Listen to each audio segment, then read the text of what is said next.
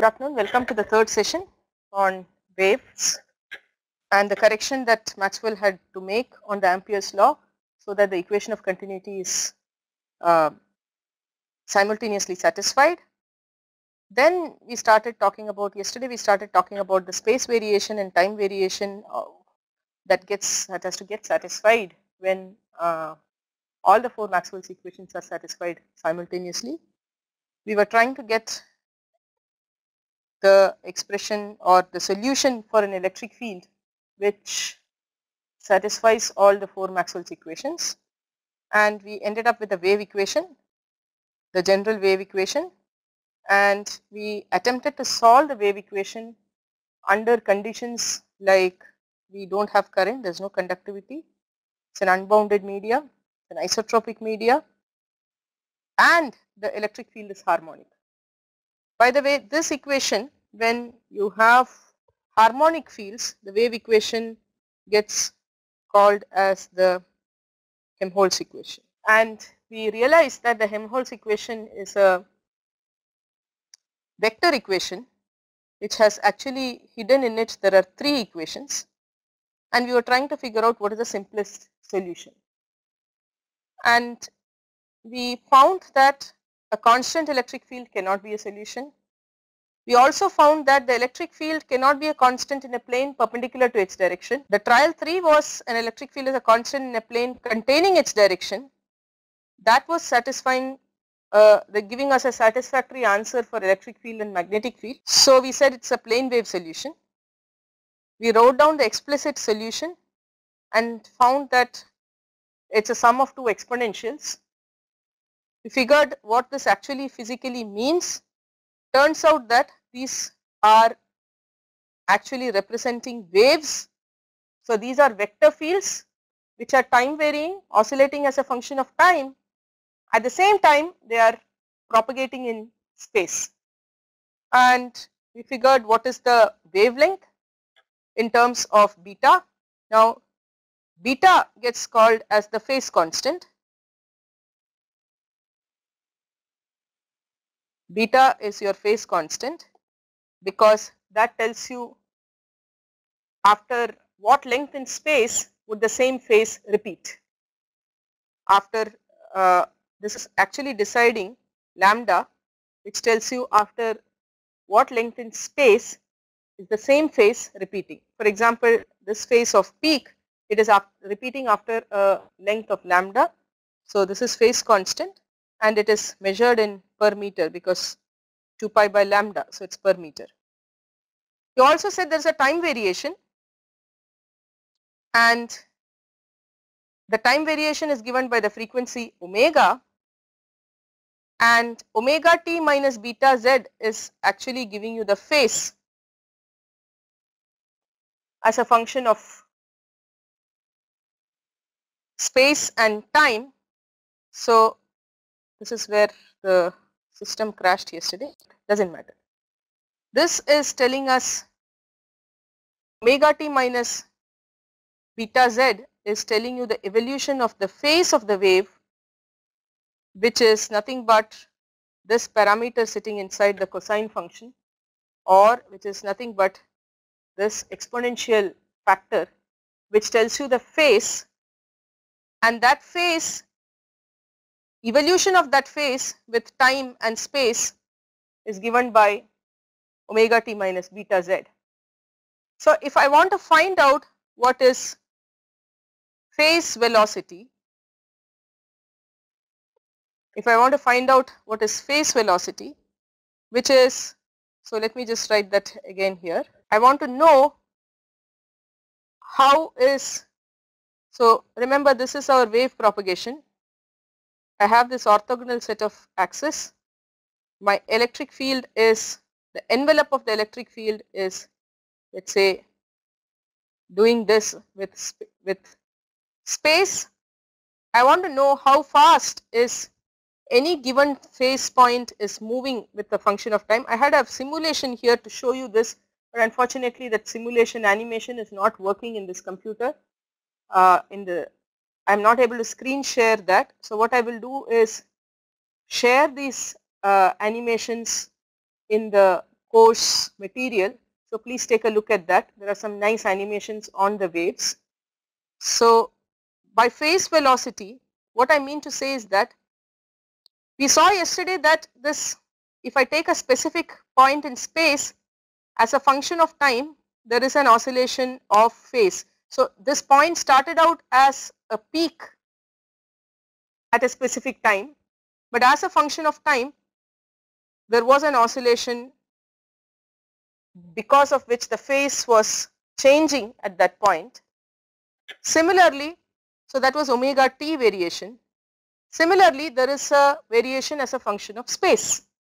Now, if I am asking myself the question, what is the velocity with which the phase is propagating? That is the phase velocity, right? So, phase velocity actually represents the velocity with which a constant or a given phase.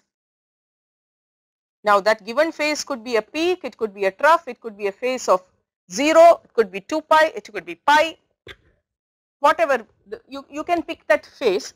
What is the speed with which that phase point is propagating in time?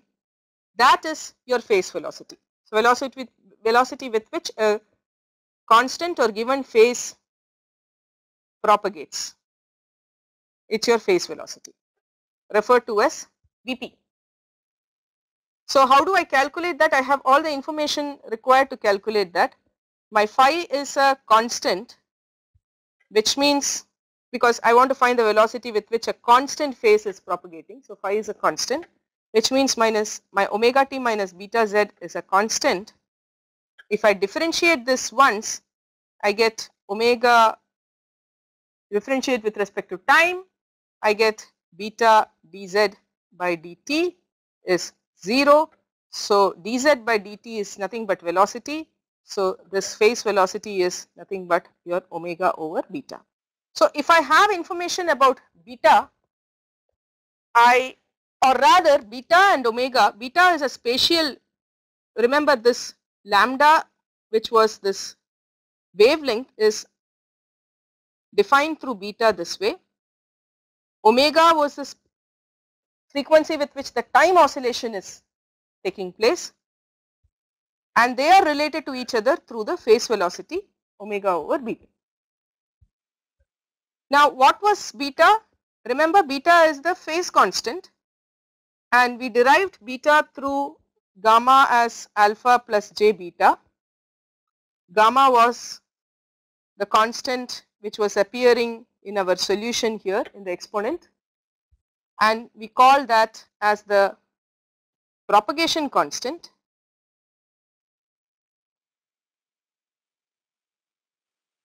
And in this particular case, we considered, if you remember, gamma square was this minus omega square mu epsilon.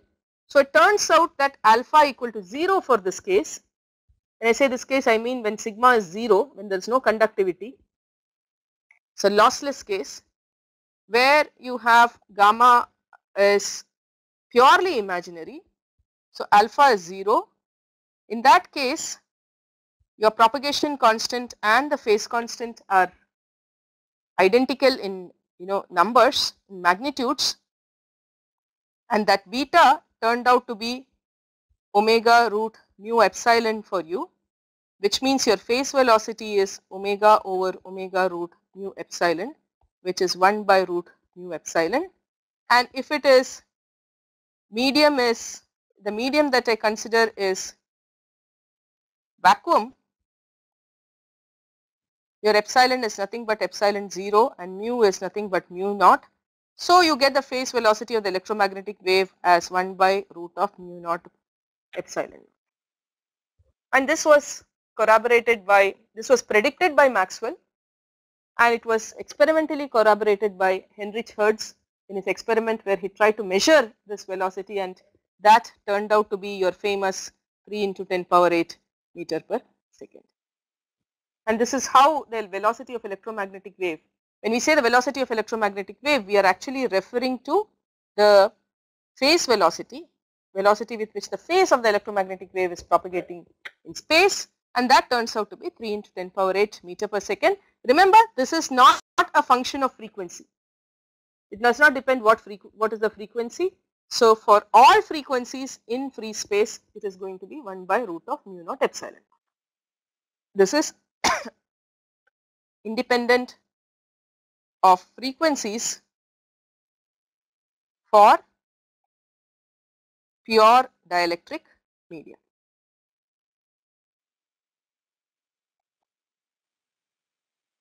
The other way of, in fact, this relation beta is omega root mu epsilon. This is what gets referred to as the dispersion relation, because this tells how the phase constant is decided by the material medium and the frequency. So if I plot beta for different values of omega, beta versus omega, it's going to be a straight line, and the slope of the line is beta over omega, which is root of mu epsilon. Well, you do it as omega versus beta or beta versus omega, doesn't matter. Omega versus beta is if you are plotting. In more of solid state physics application, you would plot actually omega on the y-axis and beta on the x-axis, because you might end up with media where there are gaps in this, creating band gap materials and so on. But the point I am making is this line is called as the light line, and this is your dispersion relation. The dispersion relation is a line if it is a pure dielectric medium. This is simply linear. So as a frequency increases, your beta increases, your lambda decreases. Now all this is fine. We also figured what is a magnetic field yesterday. So towards the end, we also talked about, derived what is a magnetic field, and we also figured that the electric field to magnetic field is a fixed ratio, and the magnitude of that ratio is impedance, and that is characteristic of the medium, which is epsilon by mu. So that's your intrinsic impedance. And we ended up with the concept, this is where we summarized the concept of transverse electromagnetic wave for a dielectric medium. Now let's go ahead, I will go back to the previous slide. Let's go ahead now and try to see what happens when you have wave propagation in a conducting medium, which means I am going to relax the condition that sigma is 0. I am going to put the condition sigma not equal to 0. I am going to see what happens if I have sigma not equal to 0. So in fact, we derived that wave equation when you had sigma not equal to 0. It was this here. Excuse me. Del square E is mu sigma del E by del T plus mu epsilon del square E by del T square. This was the general wave equation just before we put in the condition sigma equal to 0. So I am going to start with that wave equation. Del square E is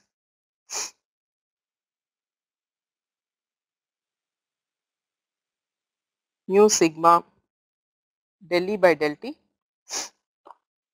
plus mu sigma del E by del T plus mu epsilon del square E by del T square. I want to know what's the situation of the wave. Is it still transverse electromagnetic wave? What is the phase velocity? What is the dispersion curve? What is the intrinsic impedance? All these conditions. How is the wave propagating for this medium? I am going to do again a time harmonic case,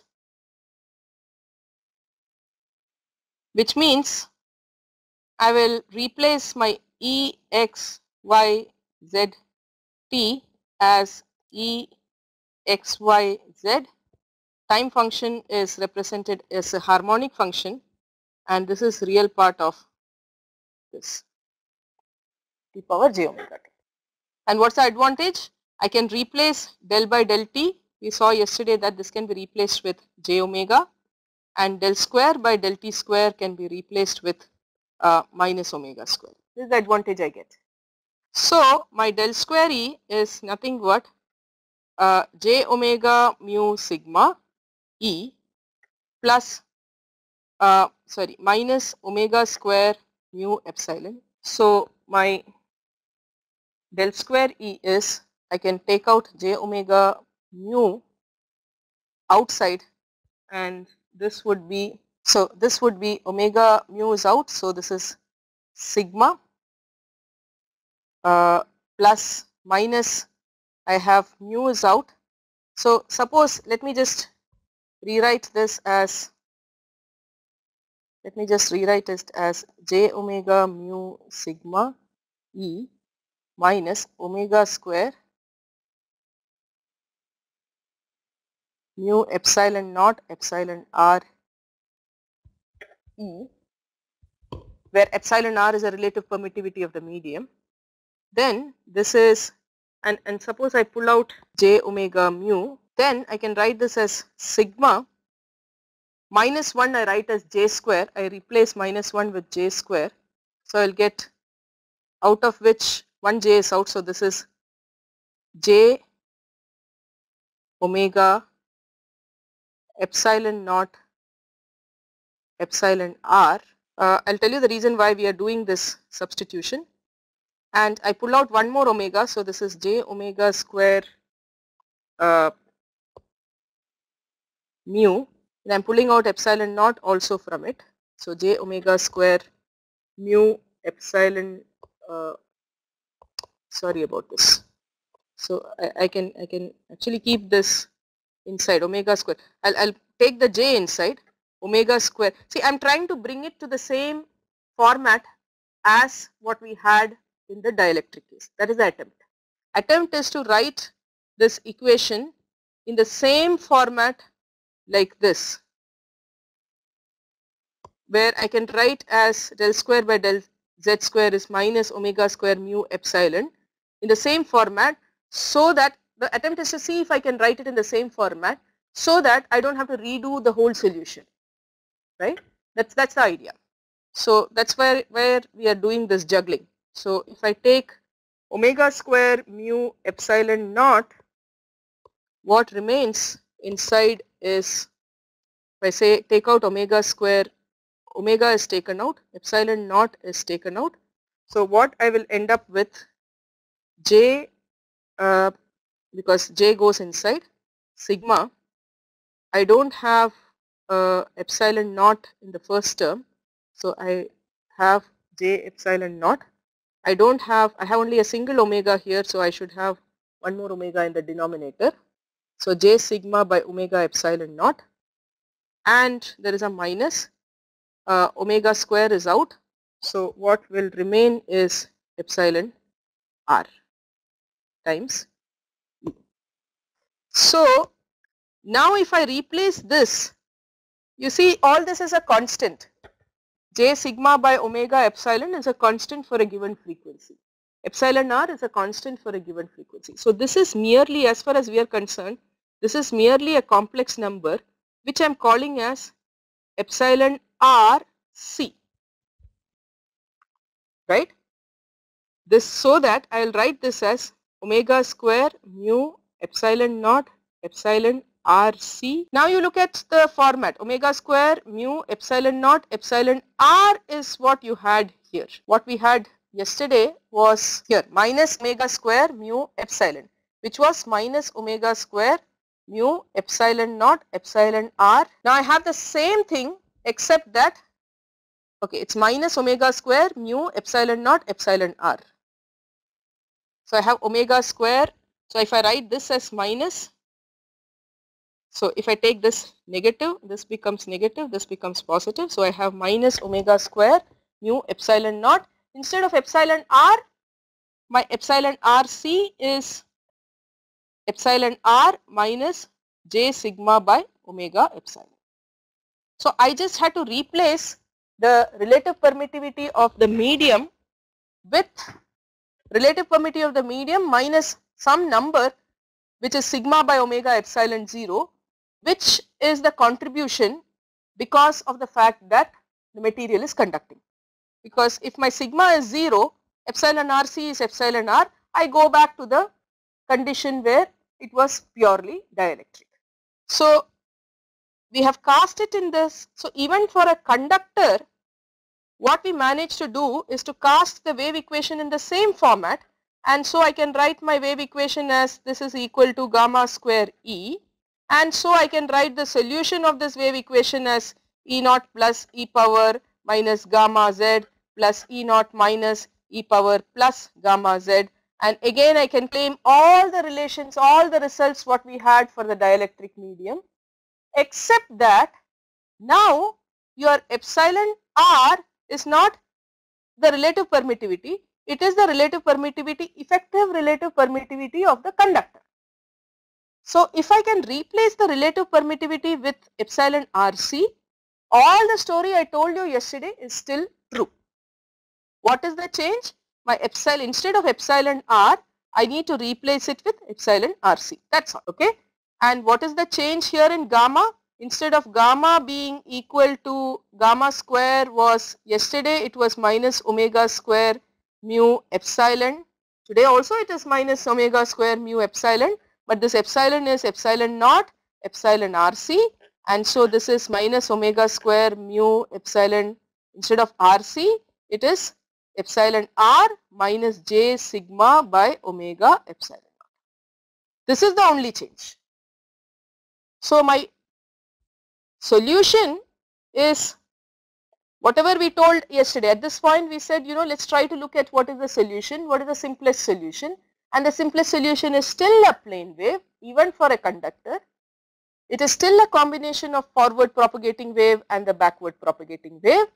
The exponential solution, the nature of the exponential solution, the way we write it still looks the same mathematically, but physically it is changing. How does it change physically? It changes physically because your propagation constant, in yesterday's case, this epsilon RC was a real number for you. It was epsilon R. So your gamma was purely imaginary. It was just j beta. But now you see gamma square is minus omega square mu epsilon, epsilon R minus j something. You have some complex quantity inside this. So if I take the square root of this, I will not end up with a pure imaginary number. My gamma in this case will be alpha plus j beta with alpha not equal to 0. I will have a positive or a negative alpha. I will have some number for alpha that is non-zero. That is going to be the difference between wave propagation in a dielectric medium and the wave propagation in a conducting medium. How does it look like in the wave equation? It's going to be like this: E naught plus, instead of minus gamma, you will write it as minus of alpha plus j beta z plus E naught minus e power alpha plus j beta z, and of course you will have an e power j omega t, which is telling you the time variation.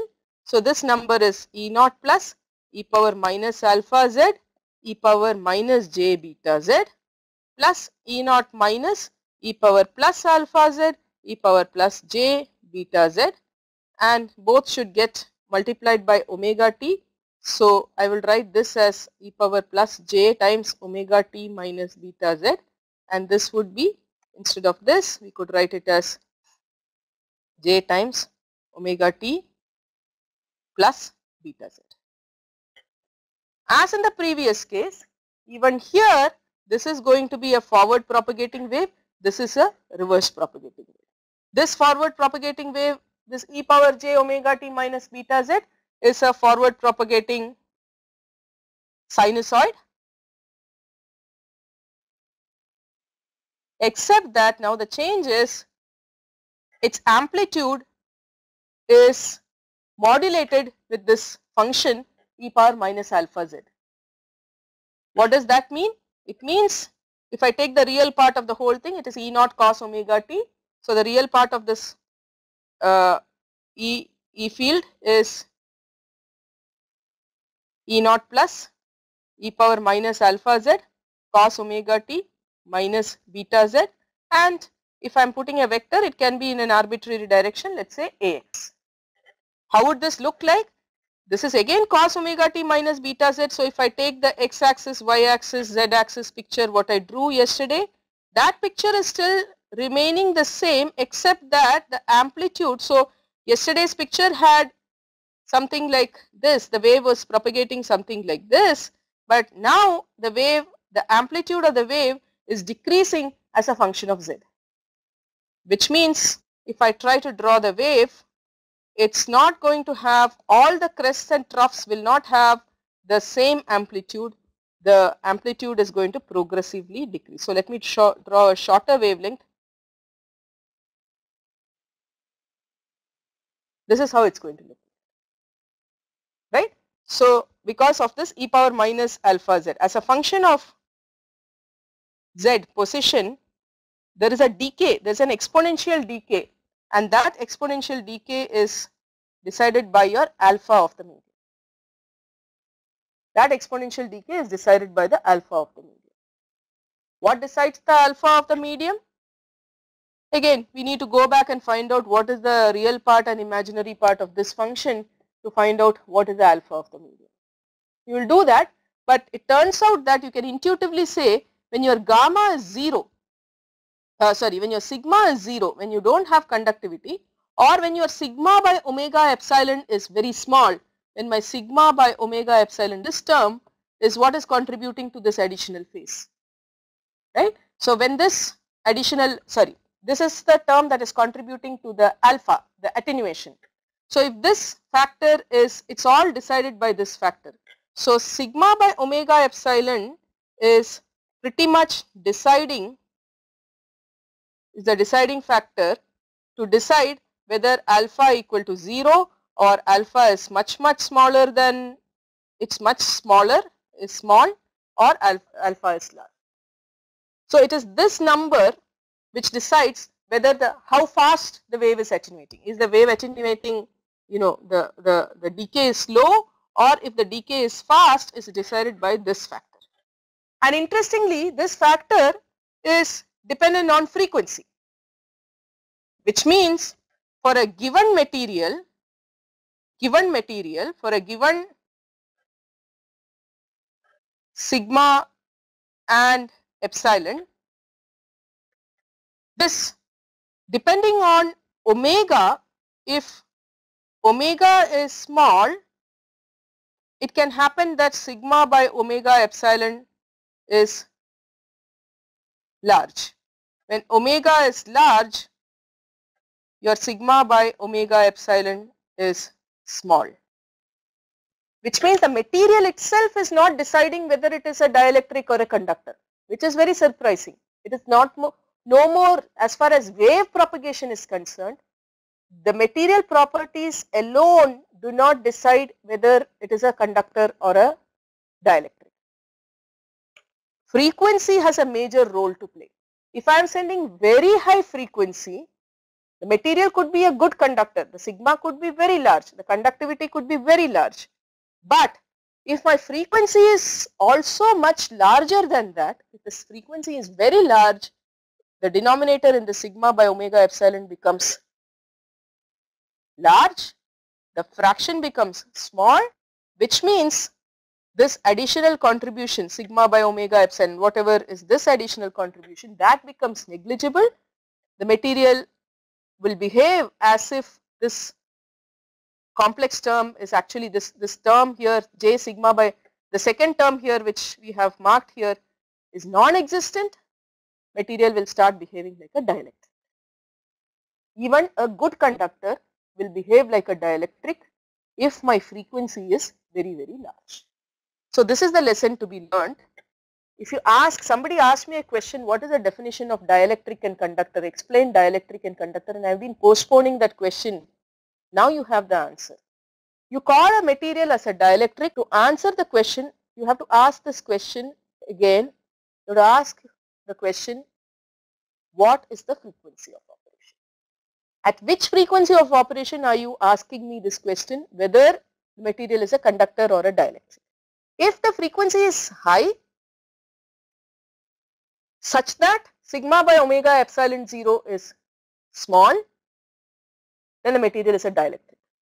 If my sigma by omega epsilon 0 is large, the material is a conductor. So that is the answer to the question as far as wave propagation is concerned. Okay.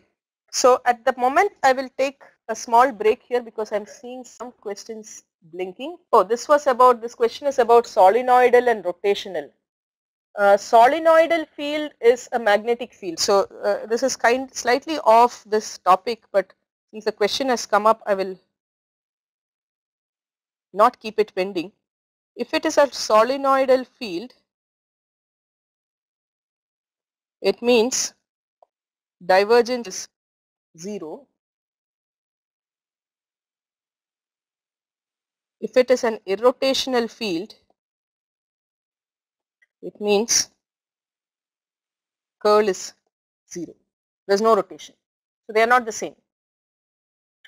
Example for solenoidal field is magnetic field.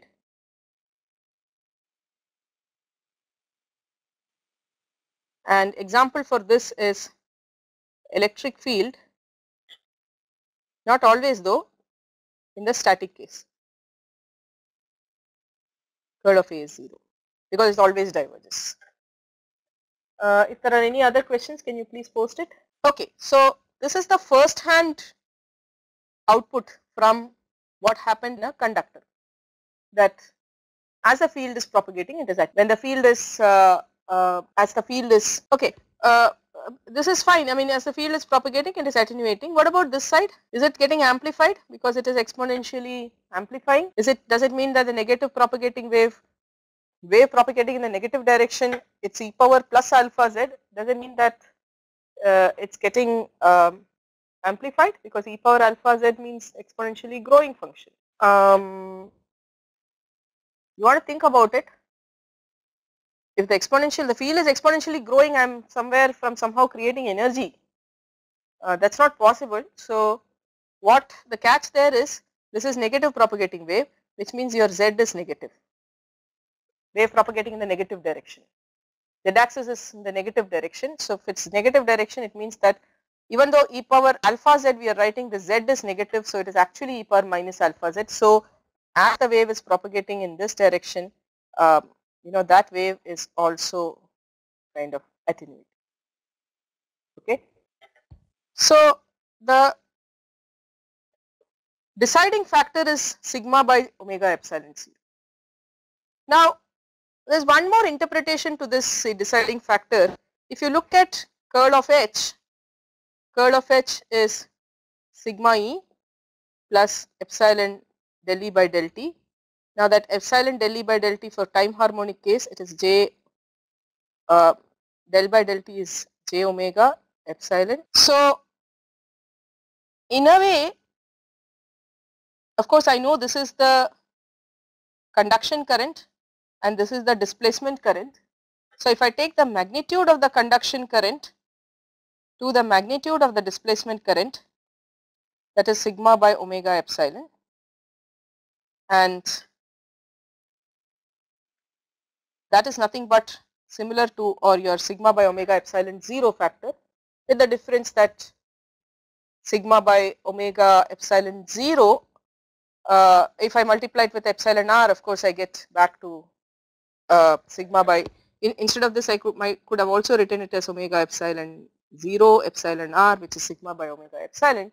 So the point I am making here is the deciding factor which was deciding whether it is a conductor or whether it is a dielectric, that is nothing but the ratio of the conduction current density to the displacement current density. I have a question here. We know that E and H are perpendicular, but on what basis are you telling that they are in phase? So I was telling that E and H, I will go back to the previous slide for that.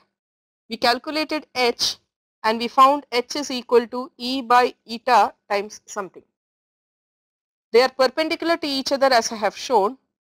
They are in phase because your H naught, which is the amplitude of the forward propagating wave, is E naught plus over eta, and this eta is epsilon by mu. This is for pure dielectric. I am talking about pure dielectric. It's epsilon by mu, So this eta is a number which is a real number, because epsilon by mu is a real number for a pure dielectric. This is real number, which means your H naught plus is only a fraction of E naught plus. There is no H naught plus and E naught plus are in phase, because this is a real number, because epsilon is a real number for a pure dielectric. The moment epsilon becomes complex, just like in a conductor, we can work out that right away.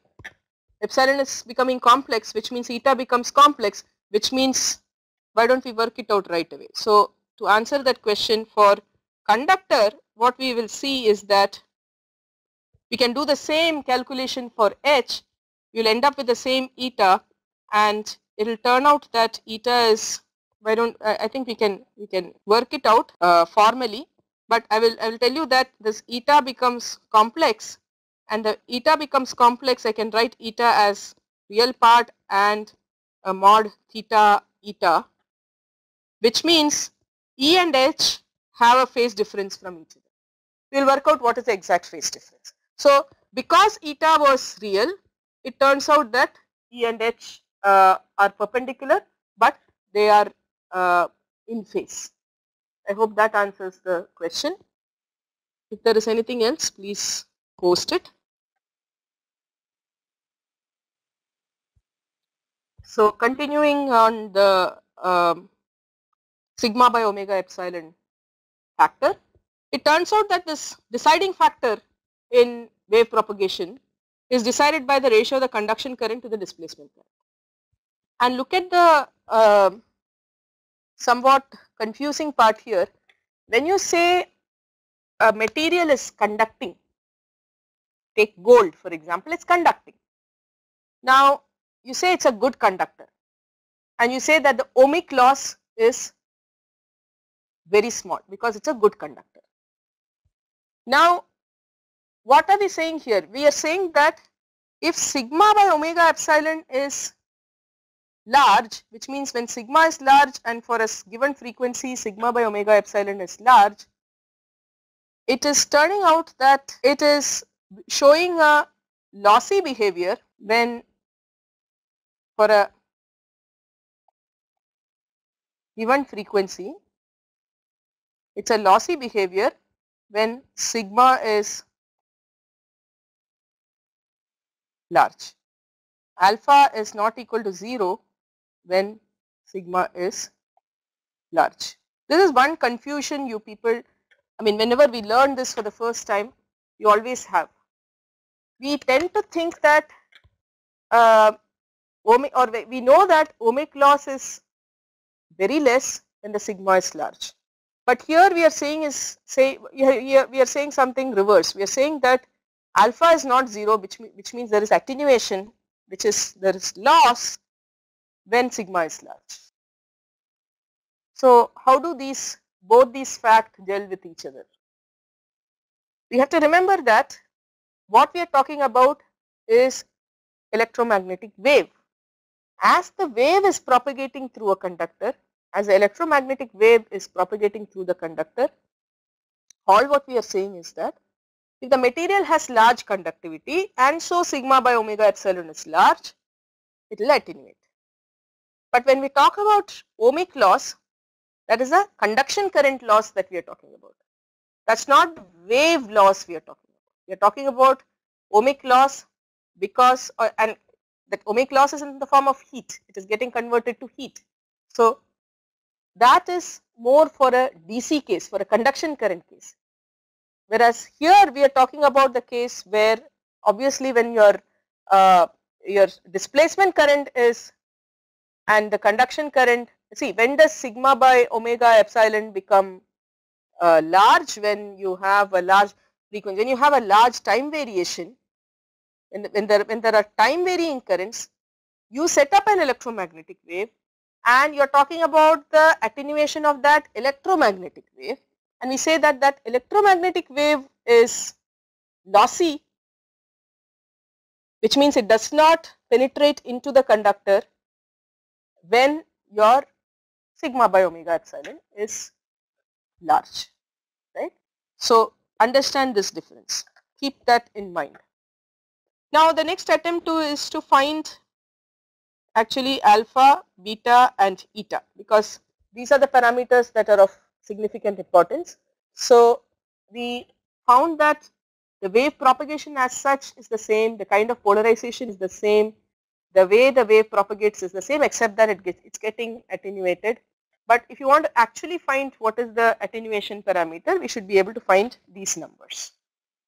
And to find these numbers, what we are going to start it with is, say gamma square, we had alpha plus j beta square, and that was j omega mu into sigma plus j omega epsilon.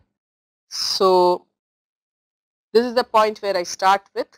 So my objective is to find alpha and beta. This is an algebraic exercise. I have a complex number on the left side, I have a complex number on the right side. I just want to equate the real and imaginary parts of this complex number to find out what is alpha and beta. So the way I do that is, if you expand the left side, it will be alpha square plus beta square. That is the real part, and the imaginary part is j times 2 alpha beta, and this is real part is, the imaginary part is j times omega mu sigma, the real part is minus omega square mu epsilon. So I know alpha square plus beta square is minus omega square mu epsilon, and 2 alpha beta is omega mu sigma. So from these, so I have a square plus b square and I have 2ab, so I need to figure out what a and b are, and the straightforward way to do is to calculate, I can basically, well, this is not alpha square plus beta square, it has to be, sorry, this is alpha square minus beta square, because there is a j sitting here, is alpha square minus beta square. So if I square and add these, alpha square minus beta square the whole square plus, I have to square and add, so 4 alpha square beta square. If I square this, it is omega square mu square epsilon square, and I have to square this omega square mu square. So omega power 4, because they have squared this, mu square sigma square, and this is alpha square minus beta square minus 2 alpha. So this is nothing but alpha square plus beta square the whole square, which is omega square mu square times maybe epsilon square also, omega square mu square epsilon square. So this is omega square plus sigma square by epsilon square. So what I can do is take the square root. So I'm not going to work out the whole thing, you can work it out yourself. You have to take the square root to find alpha square plus beta square, and then use these two, add to find 2 alpha square and hence alpha, and subtract to find 2 beta square and hence beta. This is an algebraic exercise. Because we are running short of time, I'm going to leave it to you to do that. But you can check, your alpha will turn out to be omega square mu, alpha square will turn out to be omega square mu epsilon by 2 times 1 by 1 plus sigma square by omega epsilon square minus 1, and beta square is going to turn out to be omega square mu epsilon by 2 times root of 1 plus sigma square by omega square epsilon square plus 1. Right? Now we can check here, if your sigma is 0, I have to get back to my original condition of a pure dielectric. So what happens in this case? If sigma is 0, this term goes to 0, which means in alpha will turn out to be root of 1 minus 1. So alpha turns out to be 0, which is what we got earlier. And beta square will turn out to be, if this term is 0, root of 1 plus 1, which is 2. So it is beta square is omega square mu epsilon, which implies beta is omega root mu epsilon, which is what again we got earlier. Now the effect of sigma by omega epsilon is very clear. Even your dispersion relation. So first observation is, if my sigma by omega epsilon is large, my alpha is large, which is what we got earlier also, but I have now written specifically what alpha is, because as this number goes larger and larger, this number becomes significantly different from 1, and so you have a non-zero contribution to alpha. And then what happens is, what we saw, the wave is going to attenuate. So this is the case where I say that it's still having dielectric property, but it is a lossy dielectric. What we have is a lossy dielectric, where I still have some dielectric properties. I have some dielectric properties. It's not that my sigma is infinite. If it's a pure conductor, sigma is infinite, right? But my attenuation is large. What is the observation we can make about beta? It will turn out that this beta is omega root mu epsilon by root 2 times the square root of 1 plus sigma square by omega square epsilon square plus 1, the whole raised to the power half. Earlier we found that if I do this beta versus omega plot, I got a light line. But now that's not the case, because the slope beta versus omega is root of mu epsilon by root 2 times, there is a relation omega square plus 1 the whole raised to half, which means I have an omega dependence here. The slope, this is the slope, right? The slope is changing as a function of omega. In fact, what is happening to the slope? As omega is increasing, so as omega increases, your sigma by omega epsilon decreases, right?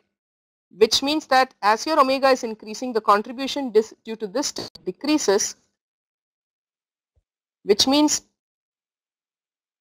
it becomes closer to what it was for a dielectric for large omega. But for small omega, or when for omega is small, this number, this contribution of this term is large, and hence the slope, if you see the slope, it used to be mu epsilon, but it is mu epsilon by root 2 times some number, and that number is a larger number, which means the dispersion relation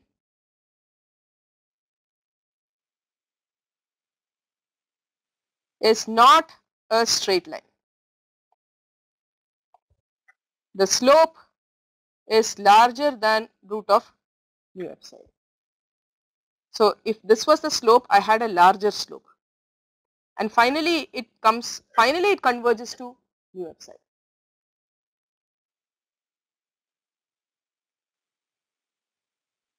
If it is beta by omega, if I am plotting the other way around, if omega is on the y-axis, beta is on the x-axis, if this is the line, then the slope is, it's for smaller frequency, it will go smaller slope, and then finally it will converge to what you have for the larger frequencies, what we will have for a dielectric at larger frequencies. So the effect is your dispersion relation is modified. You start worrying about what frequencies you are working with. So that's a physical significance of calculating this beta. Now what about eta?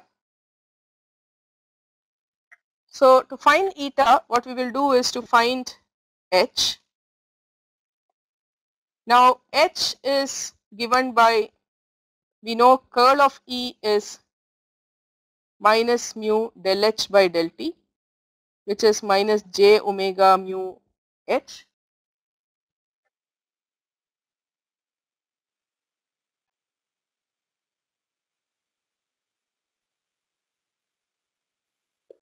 I have some questions here. I'll come back to that as soon as I finish this. H is minus, so this is minus 1 by j omega mu curl of E. And let's take our forward propagating wave, sorry, curl of E. Let's take forward propagating wave. And for the forward propagating wave, your E was, so let me calculate this, minus j omega mu. Your E was E naught plus e power, or let me write the full wave, minus gamma z plus E naught minus e power plus gamma z.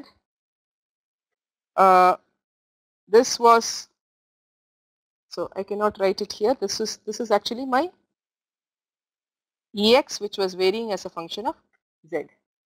Now curl of E, yesterday we worked out that if I know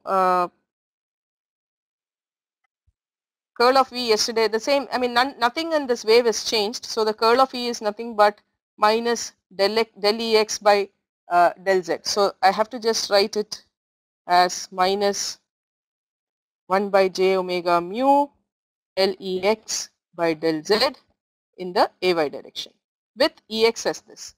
So the point is, what is del Ex by del z? So I will write that expression here, j omega mu. I differentiate this, so minus gamma E naught plus e power minus gamma z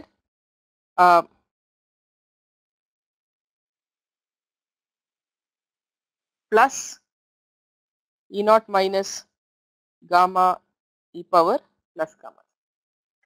So I can take the gamma out, and if I pull out the gamma, it is gamma over j omega mu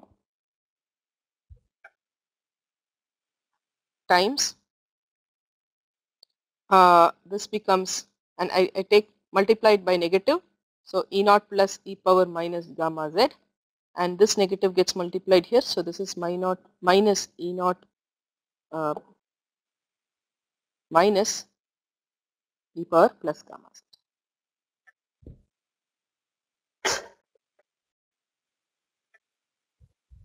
This is my H. So it is it's similar to it's in the Ay direction. It's looking similar to my E field. It's looking similar to my E field, but its magnitude is changed by gamma by j omega mu, right? And in the earlier case, for dielectric, we had gamma is j beta. So this ratio was j beta by j omega mu. So you got beta by omega mu, and beta was omega root mu epsilon by omega mu. So this is how you got it as epsilon by. So for what I had written was for dielectric, gamma was j beta. So this is j omega root mu epsilon. So your fraction gamma by j omega mu turned out to be root of j omega root mu epsilon divided by j omega mu. So this turned out to be root of epsilon divided by mu, and this turned out to be a real number. But that's not the case for conductor. Just now we saw that for a conductor, your gamma is alpha plus j beta. It is not only complex. So I want to know what is, and yesterday we found that this E by H ratio is what we call as eta, the intrinsic impedance. and that turned out to be a real number, and because it is a real number, the E and H field are in phase. What is the situation here? If I want to calculate this gamma divided by j omega mu for conductor, I have to substitute what gamma is, and gamma we worked out earlier is root of j omega mu sigma plus j omega epsilon. I mean, I'm writing it out from here. This is my gamma, j omega mu sigma plus j omega epsilon. This is my gamma. This is my gamma square, j omega mu sigma plus j omega epsilon. So I write that divided by j omega mu, because I am trying to find out what is the intrinsic impedance. I am trying to find out what is the phase difference between the electric field and magnetic field. So this is under root sigma plus j omega epsilon divided by j omega mu, and this is, if I write this as, and clearly, I mean, this is really not a real number, it's a complex number. So I can still write it in terms of sigma by omega epsilon, right? I can write it in terms of sigma. I can divide by, so I can divide the numerator and denominator by sigma by omega epsilon plus j divided by, I mean, I've divided the numerator and denominator with omega by epsilon divided by j omega mu divided by omega epsilon. So this was omega epsilon by omega epsilon. So I am dividing this. So it turns out that this is sigma by omega epsilon plus j divided by j times mu by epsilon, something like this. So again you are seeing this sigma by omega epsilon playing a role. And what is the role it is playing? If my sigma by omega epsilon is 0, I don't have sigma by omega epsilon, this j cancels out, I end up with root of epsilon. So if sigma by omega epsilon is 0, my eta will gamma by j omega mu is becoming, this becomes 0, so I get back my root of epsilon by mu, which is what I got earlier. So here again your sigma by omega epsilon is the factor that is playing a role in deciding whether your eta is real or complex. So in general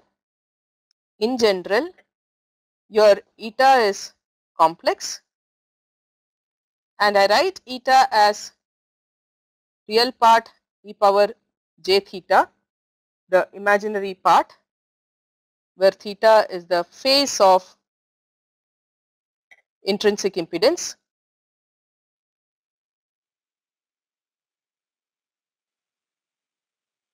Then my h vector is nothing but e by eta, e naught plus e power again minus alpha z e power j omega t minus beta z, and if I write this as eta, here this will be minus j theta, plus my negative propagating wave magnitude of eta e power plus alpha z e power j omega t plus beta z, and this is e power minus j theta, and that is obviously in the ay direction. Now let us see what this means. This means if your E vector is having a specific phase, the H vector is a fraction of E vector, and that how much the E and H vector is differing is decided by this intrinsic impedance, the magnitude of the intrinsic impedance. But this theta, there is a theta, there is a phase difference. Your H is lagging behind E by a phase angle theta. What decides that phase angle? That is decided by the phase angle of the intrinsic impedance. What decides the phase angle of the intrinsic impedance? Sigma by omega epsilon. Because if my sigma by omega epsilon is 0, your phase angle is 0. As my sigma by omega epsilon becomes large, so as the conduction current becomes different from the displacement, or conduction current to displacement current ratio becomes large, the sigma by omega epsilon becomes large, it means that your eta, the intrinsic impedance becoming, the medium starts showing complex impedance behavior. Complex impedance behavior means E and H are out of phase. So what would be the phase angle? I mean, what would it mean as far as the wave propagation is concerned? It would mean that if my, yesterday we drew this electric field and magnetic field for dielectric, today we will do the same thing for lossy dielectric. Let's say this is my E field direction, this was my X direction, Y direction and Z direction. The envelope of the field is doing this.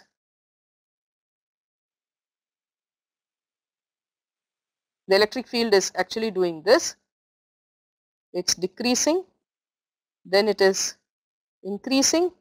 Because there is an attenuation, the next peak is not as high as the next peak. The next crest is not as high as, the amplitude is not the same as the first crest because of the alpha factor.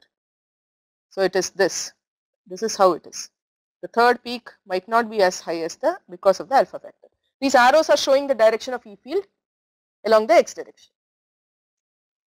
What is happening to the H?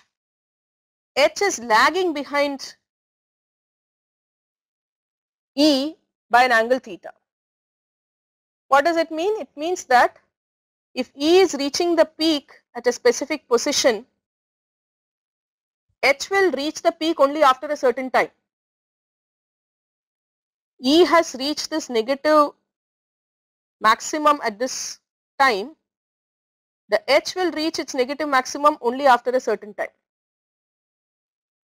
That is the meaning of phase lag. So how do I sketch it? E field is reaching its maximum, H field is not reaching at its maximum at the same phase point. Let me choose another color here. H is reaching its maximum, maybe this is the point. So H is somewhat like this. E is crossing its 0 here, H will cross its 0 at somewhere later. So it's actually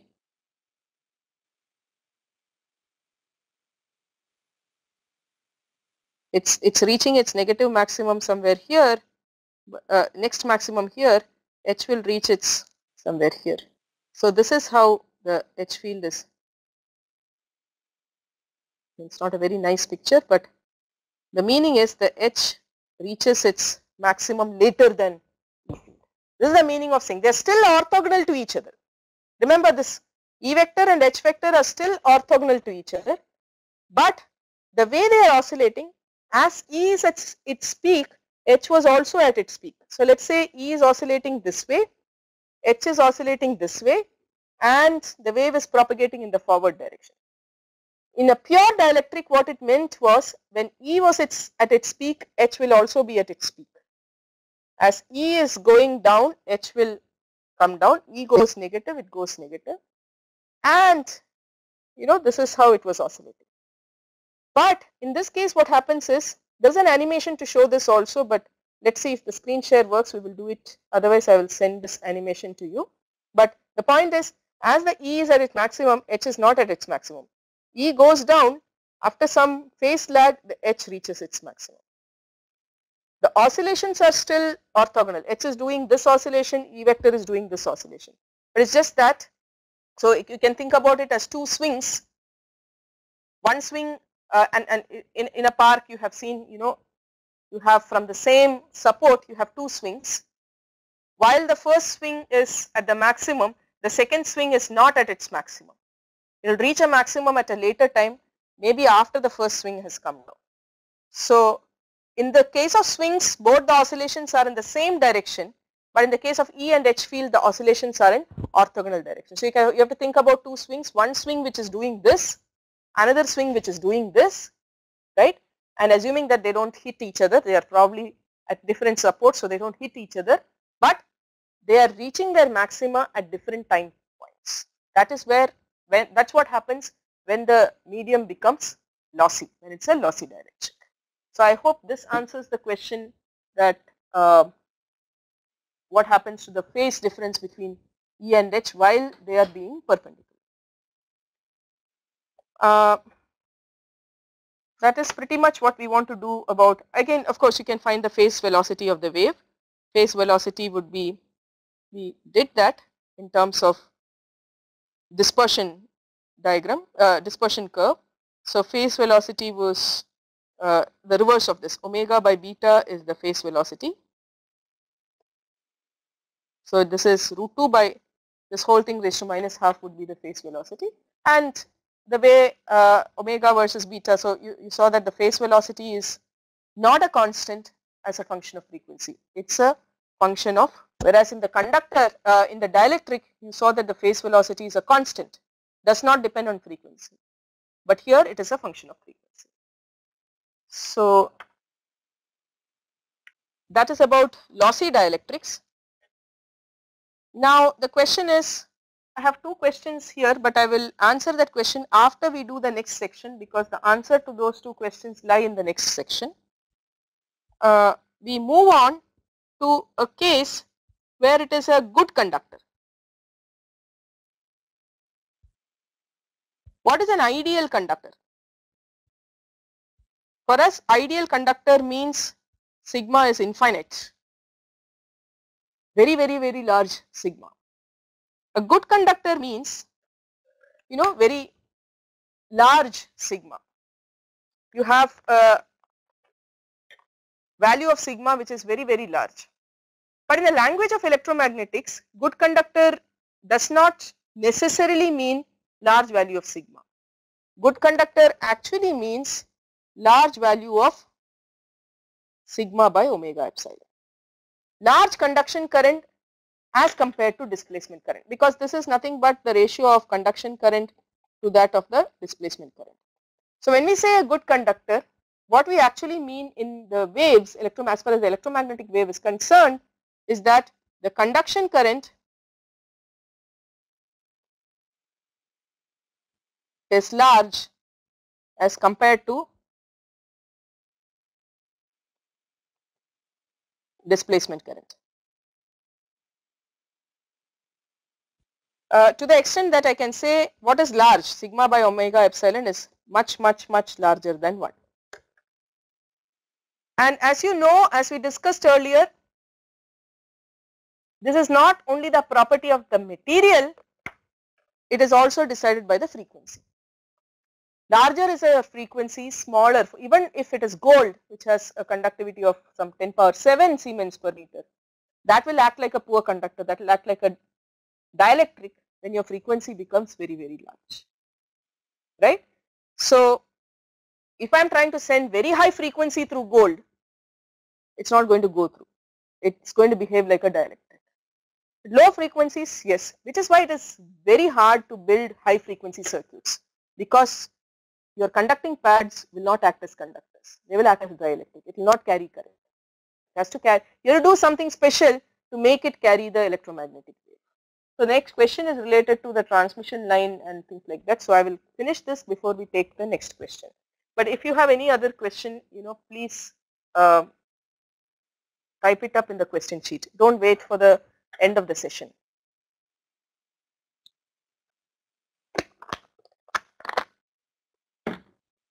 So what happens in this case if my sigma by omega epsilon is much, much greater than 1? What was my gamma?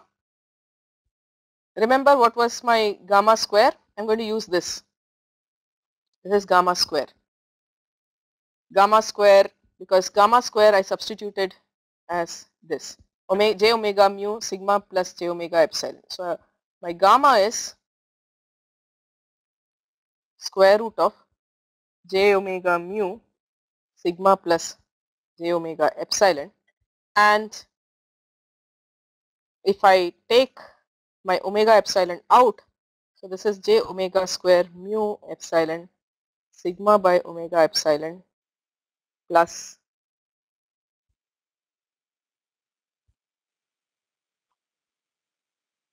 Okay, I want 1 out. So this would be, I have to, so I'm taking, because I want to write it in terms of sigma by omega epsilon. So what I will do is j omega mu times j omega epsilon is what I'm pulling out. So I get sigma over j omega epsilon, that's what I pulled out, plus 1.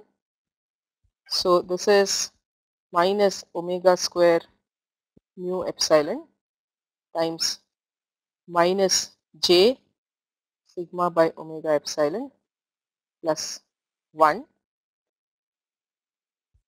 Now this number for a conductor, this number is much larger than 1, which means I can ignore 1 when compared to this number because it's much larger. So this is a minus and a minus plus. So I have square root of j omega,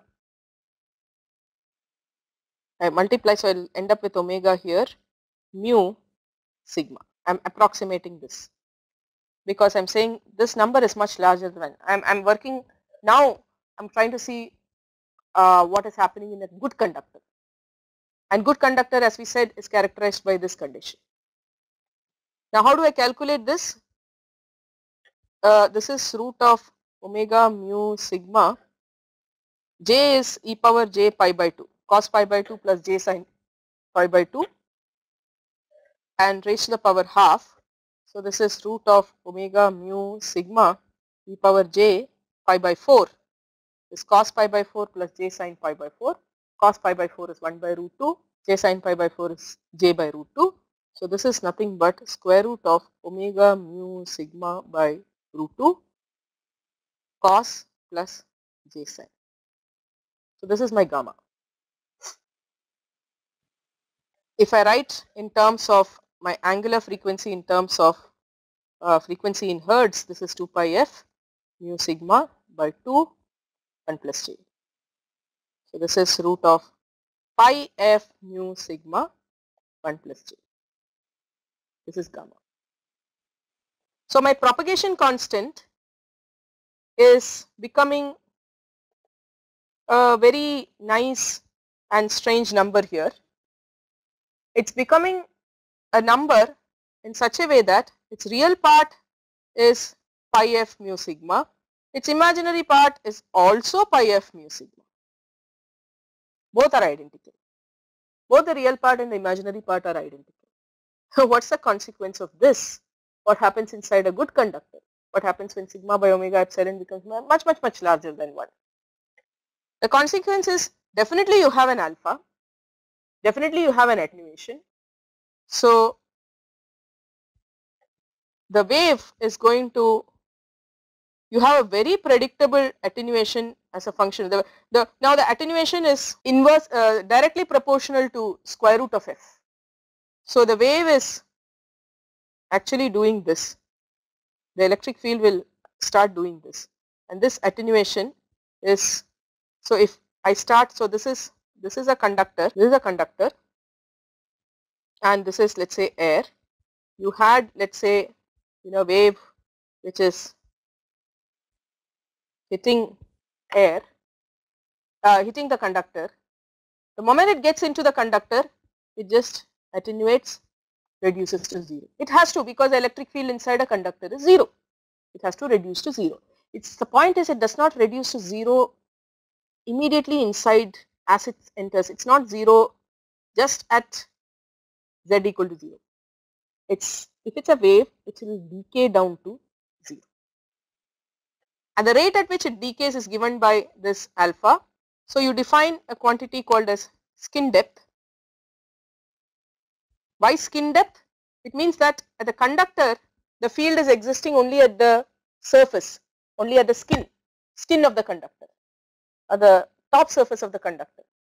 And the depth up to which the field can penetrate in the conductor is your skin depth. I'll give you an example of skin depth, and so we'll discuss the implications of skin depth.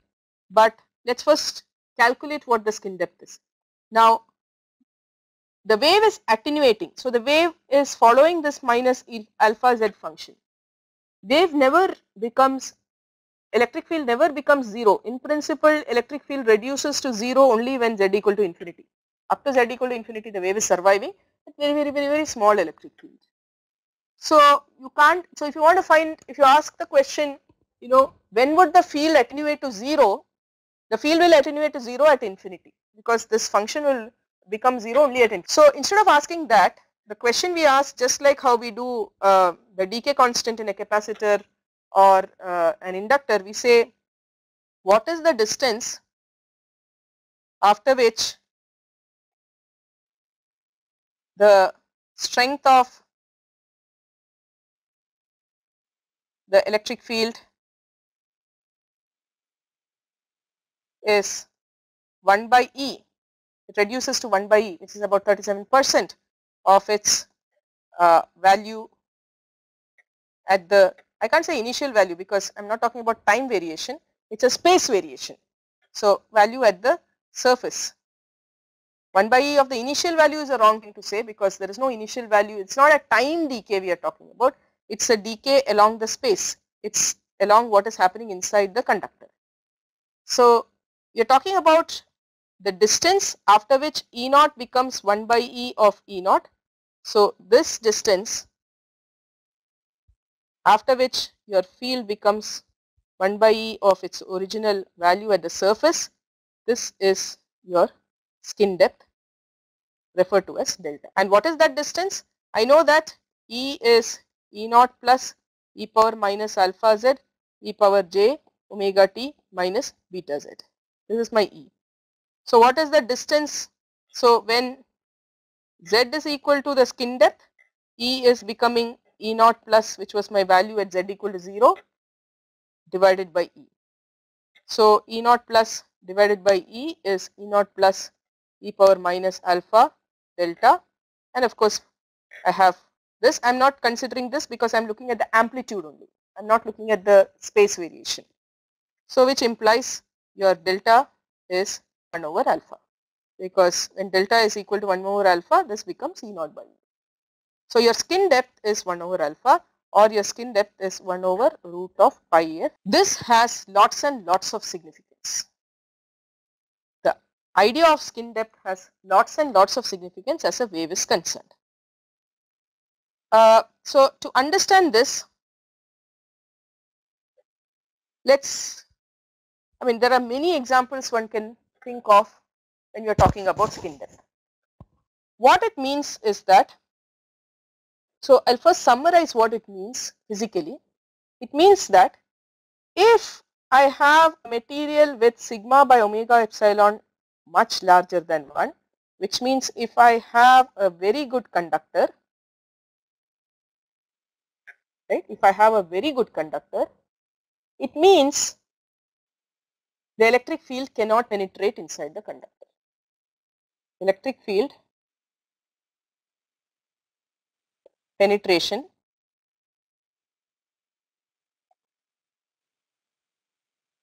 inside the conductor is reduced. So actually penetrates only up to this skin depth. I mean effectively 37, it's reduced to 37% of its value at the surface after the skin depth. So let's take this example. Somebody had asked an example question. Oh, I have a question. Where do we apply the concept of the skin depth? Have patience. That's what we are going to discuss. I have a question which says Maxwell's equations, are they applicable for transmission lines? And I'm saying yes, they are applicable for transmission lines. And I'm going to explain to you the concept of transmission line, the electric field inside the transmission line, the electromagnetic, how energy is propagating in transmission line through electromagnetic waves, and where is skin depth playing a role there. Okay. So let's take the case of a simple conductor. I'm just exaggerating the dimensions of a conductor. I'm using this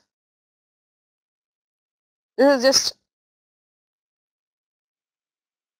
a source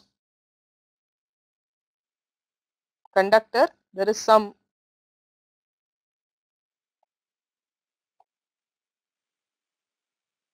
load connected to this. I have just exaggerated one part of the conductor. This is nothing but a conductor. This is a conductor. I mean, any of this, even this part is only a part of that I am exaggerating so that I can show the fields inside that. But this is true for all the conducting wires. Now the question is, what's the direction of electric field here? I have, let us say, at any given instant of time, I have a current going through, passing through this conductor. So I have a current carrying conductor. So let's say this is pen as my conductor, though it does not actually conduct current. So this is the direction of current. I know that a current carrying conductor produces a magnetic field, and the magnetic field strength is given by my Biot-Savart's law. Direction of magnetic field I can figure out from my Ampere's law. So if the current is moving in this direction, my magnetic field is curling around it, right? So I have a magnetic field. I have this. In fact, I have this point is at a higher potential. This point is at a lower potential. You know, this is a higher potential point and this is a lower potential point because the current is flowing from, you know, positive to negative, which means in this conductor, this is at a higher potential, this side is at a lower potential, which means my electric field in the conductor is actually along the blue line. So blue line is representing electric field. The red line is representing the magnetic. Now you think this is AC. This is alternating current. What is the direction of conduction current? J conduction current is sigma E, which means, let me use another color, green. So the green is representing the direction of conduction current. Okay, current is propagating. I mean, there is nothing surprising here. You are sending a field through this conductor. Current is flowing in this direction. You have correspondingly, you have an electric field in the same direction because it has to follow Ohm's law. And because it's a current carrying conductor, there's a magnetic field around it. No surprises until now. Now I am going to ask you this question. What about the direction of propagation of electromagnetic wave? Now, where is wave coming in here? I have electric field which is a function of time. So this magnetic field becomes a function of time. And the moment I have a time varying electric field and a time varying magnetic field, we just proved yesterday that there has to be a wave. It can't be a constant electric field in space. That constant is not a solution for Maxwell's equation. So the question we are asking ourselves is, even though I set up only a time varying, I just connected an AC source to a load, that's all what I did. But what I have set up is an electromagnetic wave. I have the electric field along the length of the conductor, I have the magnetic field around the conductor. What is the direction of propagation of the wave? We just saw yesterday that it is a transverse electromagnetic wave, which means the direction of propagation of wave is transverse to the direction of electric field and magnetic. Now tell me, what is the direction which is perpendicular to this direction and to this direction? Because direction of propagation of wave is normal to this blue vector and the red vector. What would be that direction? Now this is a cylindrically symmetric system, so I need to think in terms of cylindrical coordinate system. Now if I think in terms of cylindrical coordinate system, let me just draw you the cylindrical coordinate system. So where, you know, everything is around cylinder. Which are the three orthogonal axes here? first axis is your r or rho, then you have phi, which is the rotation, and then you have the z axis, which is the third axis. So if I were to orient this cylinder, so your conductor is now like a cylinder. I draw a cylinder, that's why I draw the cylindrical conductor, exaggerated that. Along the length of the cylinder is your z, which means my blue here is along the z axis. Around the cylindrical conductor is your h, which means my red is, this is my h. So what is the third propagating direction? The third propagating direction is rho, which is along the radius of the cylinder. And which is the radius of the cylinder? That is the third propagation direction. So third direction. And the third orthogonal direction is my direction of propagation, which means my wave is propagating. So I have this, so my E is along the AZ direction, my H is along the A phi direction, and so my K, direction of propagation vector, direction of beta, or let me not, direction of propagation,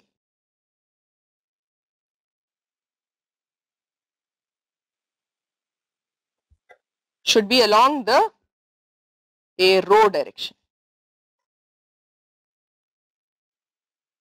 We know Z, phi and rho are the three orthogonal pair for a cylindrical system. Physically, at the moment, don't worry about whether it is minus A rho or plus A rho, but what physically it means is that in this cylindrical conductor, I set up an electric field. I have done only that. My trigger is only the electric field, but because of that, I set up a magnetic field and I have set up an electromagnetic wave, which is in the, my wave is, I have set up an electromagnetic wave in the third direction. So when I just connect an AC source to the load, I have actually set up an electromagnetic wave which is radiating outward, which is coming outward. It is radiating outward. And we know as the frequency increases, the strength of this radiation is increasing, because why is this radiation happening? This radiation is happening because I have set up the wave. Why have I set up the wave? The wave I have set up because my curl of H, because I can write it, that is easier. Because my curl of H is not just the conduction current, it is also the displacement current. Because my curl of H is not just sigma E, which is dependent on the conduction, but it is also dependent on del E by del T.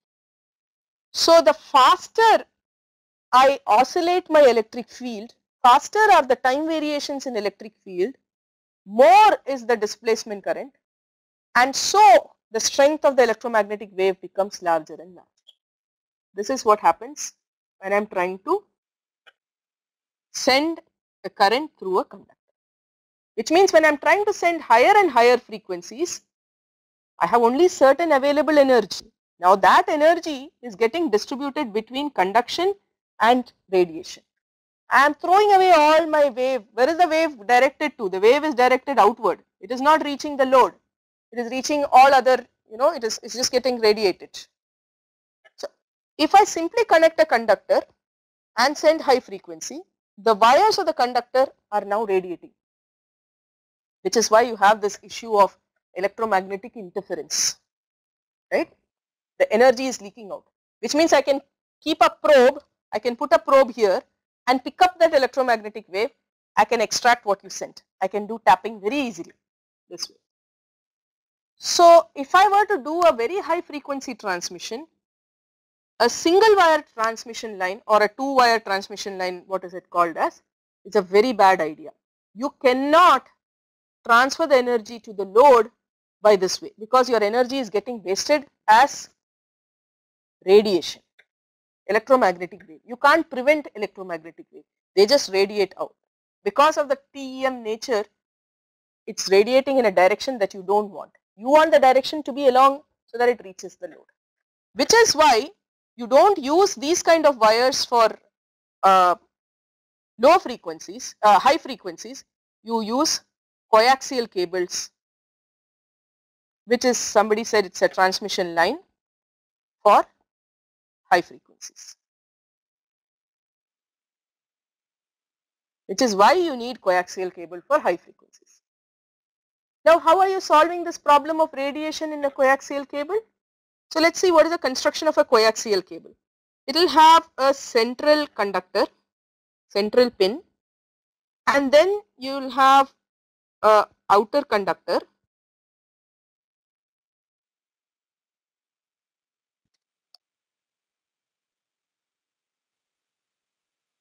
I have just drawn it slightly bigger, the central pin bigger, but it is, and then so this outer is kind of, this outer conductor is a kind of braided in the sense that it is all completely metallic. It's so you have a inner central conductor and outer conductor which is completely braided, and in between the central conductor and the outer conductor you have a perfect dielectric, you have perfect insulator. And the way you make the connection, the central pin is red, it is hot wire, you will connect your AC source this way. The outer, so this is plus or the hot wire and this is your ground. I should be writing ground in green.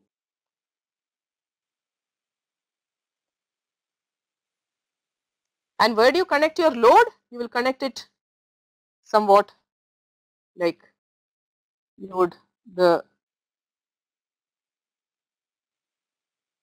ZL connected this way. How are you solving this problem of electromagnetic radiation? How are you making sure that the entire energy is now getting to the load? So, if I look at the cross section of this, I have the central conductor and then I have the outer conductor,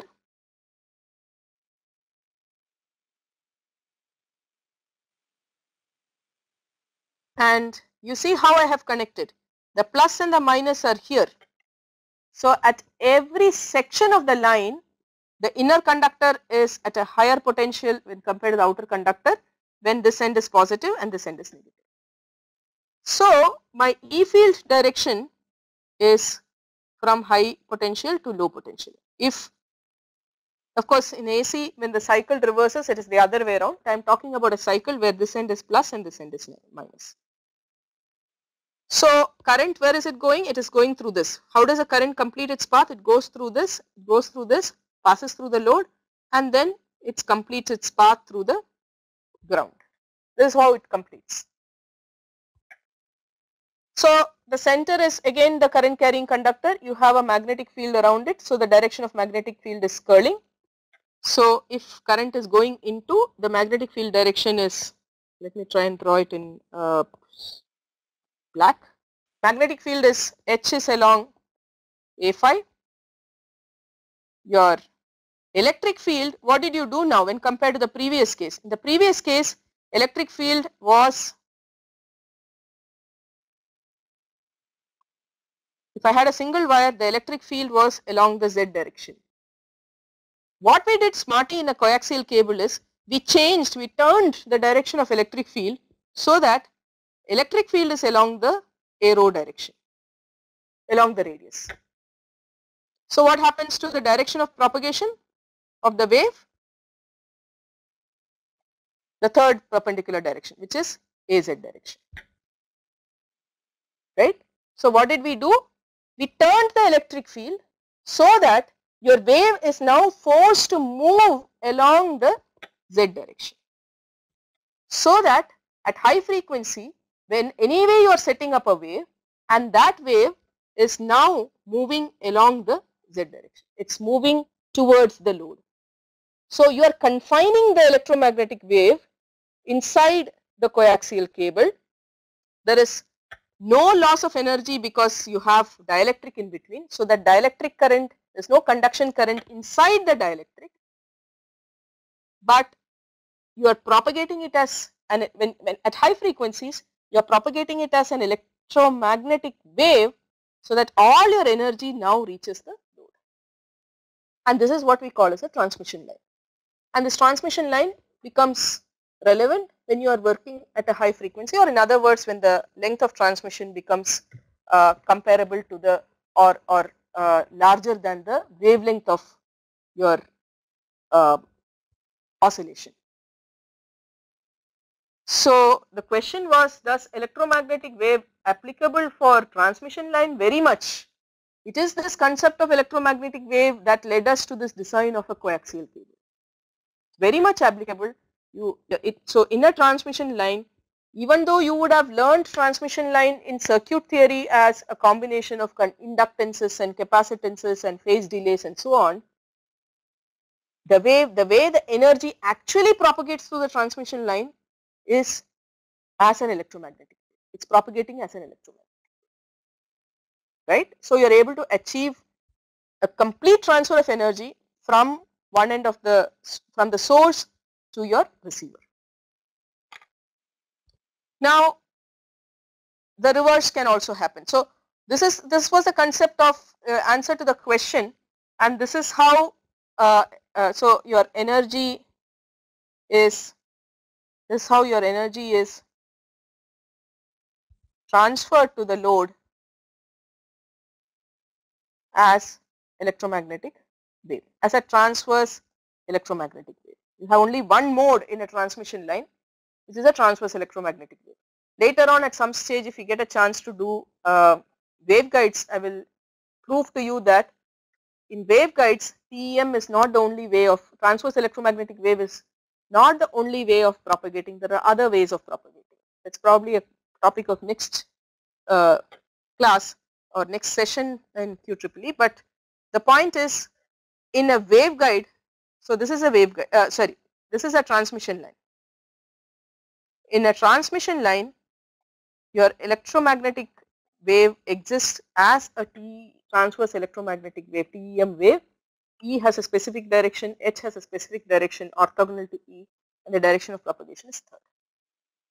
Now coming back to skin depth. Now where is skin depth coming in here? Now if I go back to the conductor, a single conductor,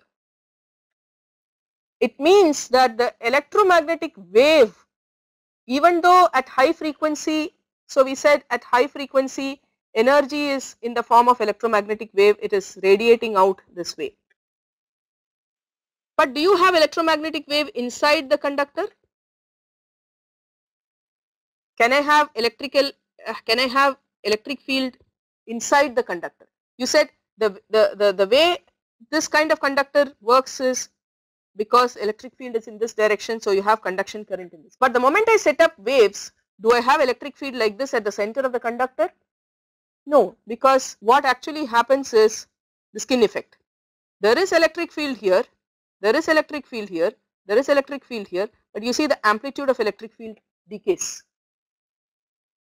So in the bulk of the conductor, inside the conductor, there is no electric field. The electric field is confined. If I draw the cross section, if this is the cross section of the conductor, the electric field gets confined to maybe only this part of the conductor. It's there only in this part of the conductor. The bulk, inside the bulk of the conductor, there is no electric field. When there is no electric field, there is no current, which means at high frequencies, any conductor is taking current. It's as if the current is moving outward the skin of the conductor. You have current only in this region. So when we write resistance as R is equal to rho length by area of cross section, what is the area of cross section for a wire? When you usually take area of cross section of a wire, you take pi r square. where completely r is a complete radius. But at high frequencies, your r is equal to rho l by a.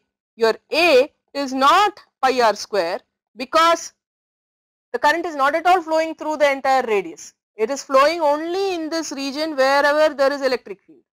And what is that region? Length of that region, or the thickness of that region is your skin depth. This gives rise to the concept of AC resistance of a wire. When you write R is equal to rho L by A, it is where A is pi r square, that is the DC resistance. But when you have alternating current, when you have time varying field, the whole story changes. You have time varying field because of skin effect. You have electric field existing only very close to the surface, it is not there inside. Because electric field is there only on the surface, you have conduction current, your current is only on the surface. So the resistance is corresponding to this region. So this area is the area of the shaded region, which is much smaller. So new area is the area of this strip, circular strip of thickness. Effective thickness is only skin depth, right, as an approximation. It's not that the electric field is uniform within that skin depth, it's also varying, but as an approximation I can take that effectively it is only delta, which means my area is reduced significantly, which means my resistance increases, which means as frequency increases, the resistance of the wire, the AC resistance of the wire increases. So all my calculations, my circuit design is going to fail if I do not take into account the fact that a conductor, first of all, a conductor can be called as a conductor only at specific frequencies. Second thing is, as a function of frequency, its resistance is changing, and unless you take care of this AC resistance, frequency dependence of AC resistance, all your circuit design is not going to function because of the reason we said. So this is the first major consequence of skin depth, that you need to account for AC resistance. Now there are other interesting consequences also.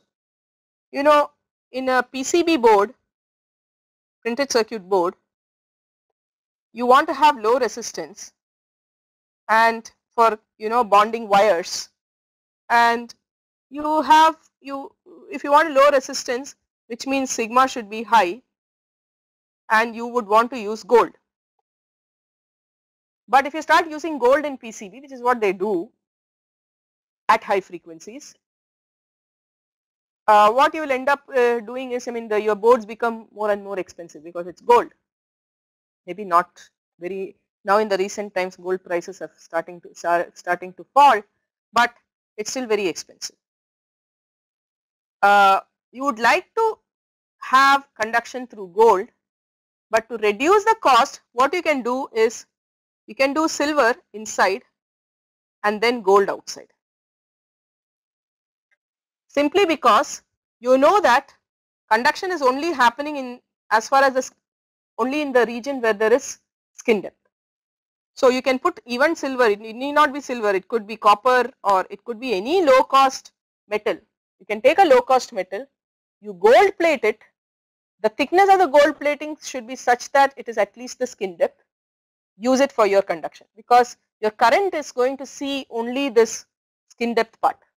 It's not going to penetrate inside because it's at high frequency, it's not going to penetrate inside. So whether you put copper inside or gold inside, it's not going to matter.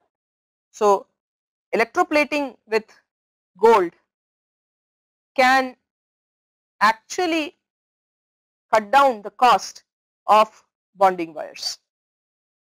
Another thing we see is, your cell phone signals will fade inside a train or inside a lift or something like that. Again, if you are inside a metal cavity, so if you are inside a place where there is a lot of metal around you, what happens is your electromagnetic field is from your cell phone signal from air is hitting the metal surface, but inside the metal surface it is, once it reaches a metal, it penetrates, its strength reduces, which means you might be sitting here, you might not get any signal. So this is probably the reason why when you get into the lift your signal goes off, simply because there is a lot of metal, the wave is hitting the metal but it's not able to cross the metal because of the skin effect. Same way, I mean, you can put, there are several such applications. You can use the skin effect to your advantage to do your electromagnetic EMI protection. You can actually, if you have in your computer cabinet, you have a lot of high frequencies boards sitting there. These high frequency boards are actually radiating. If you want to prevent these radiations from leaking out and interfering with your neighboring computer, or if you want to prevent your existing computer board to pick up signals from the neighboring board, all what you need to do is to provide a cage, provide a metal box around it, which is why most of our computer cabinets are metal boxes. Simply because all these radiations that are coming up, you can't prevent electromagnetic wave coming out when it is high frequency.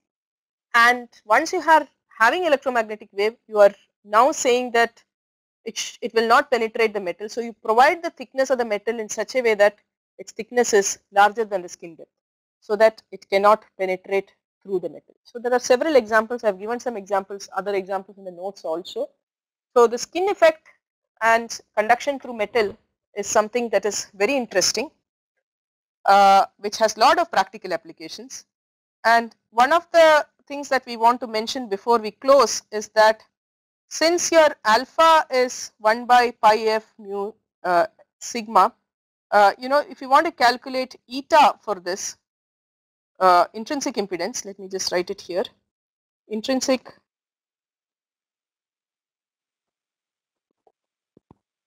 impedance of a good conductor, we can we can write it as square root of, just like how we calculated the intrinsic impedance here, it was gamma by j omega mu, right? So we can do that here again, gamma by j omega mu, and that will turn out to be, your gamma is alpha plus j beta, and your alpha and beta are identical here. So this is square root of, so we worked out this as square root of j omega mu into sigma plus so this is gamma. So j omega mu times sigma plus j omega epsilon divided by j omega mu. So this is root of sigma plus j omega, sorry, this is not under root, this is under root epsilon. So this goes under root.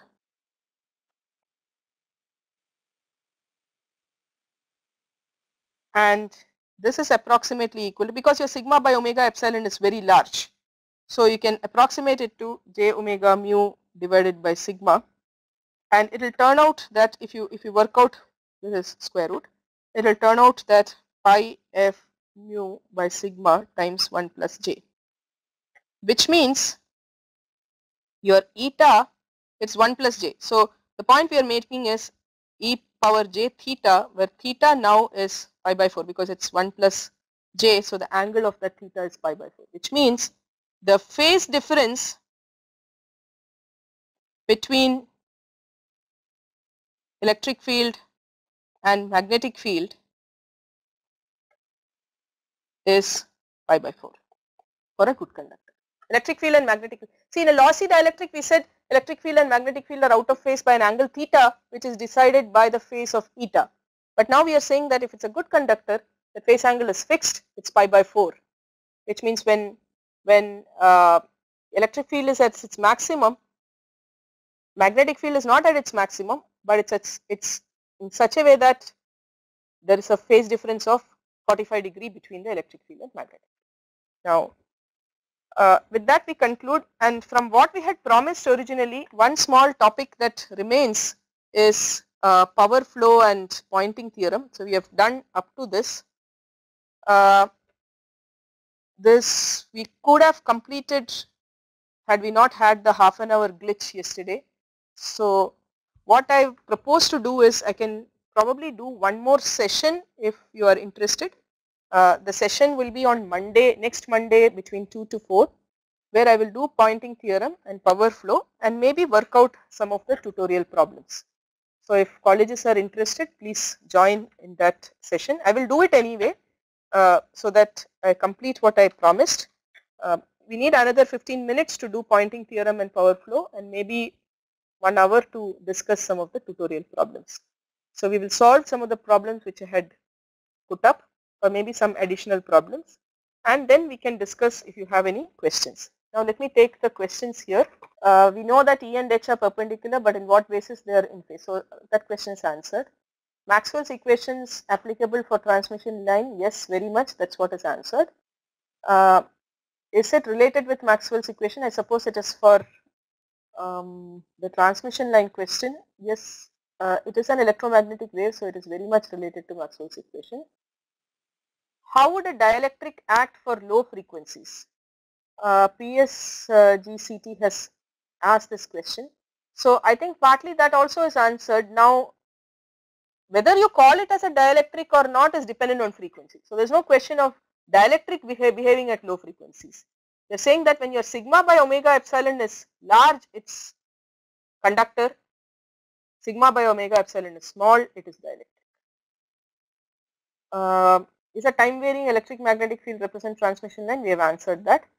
Solenoidal rotational we have answered. Dispersion. Dispersion tells you how your phase velocity is changing as a function of frequency. So in one case we found beta is omega root mu epsilon, so that omega by beta is 1 by root mu epsilon. So this phase velocity is a constant. If the phase velocity is constant, there is no dispersion. But later we found that for a lossy dielectric that was not the case. We found that there is omega by beta. In fact, we worked out beta by omega, so you just have to invert it. Omega by beta, if I invert this, that is depending on frequency. So this is a dispersive medium. So a lossy dielectric is a dispersive because the velocity is changing as a function of frequency. Some frequencies are seeing travel with smaller speed, some frequencies travel with a larger speed. That is dispersive. Where do we apply this concept of skin depth? I think this was a question that was asked earlier, so I hope I have answered that also. So I will close this session now and we will do the rest of Poynting's theorem. So a 1 hour session next Monday between 2 to 3. If there are any questions or concerns, please convey it to the QEEE team. They will relay it to me. Thank you.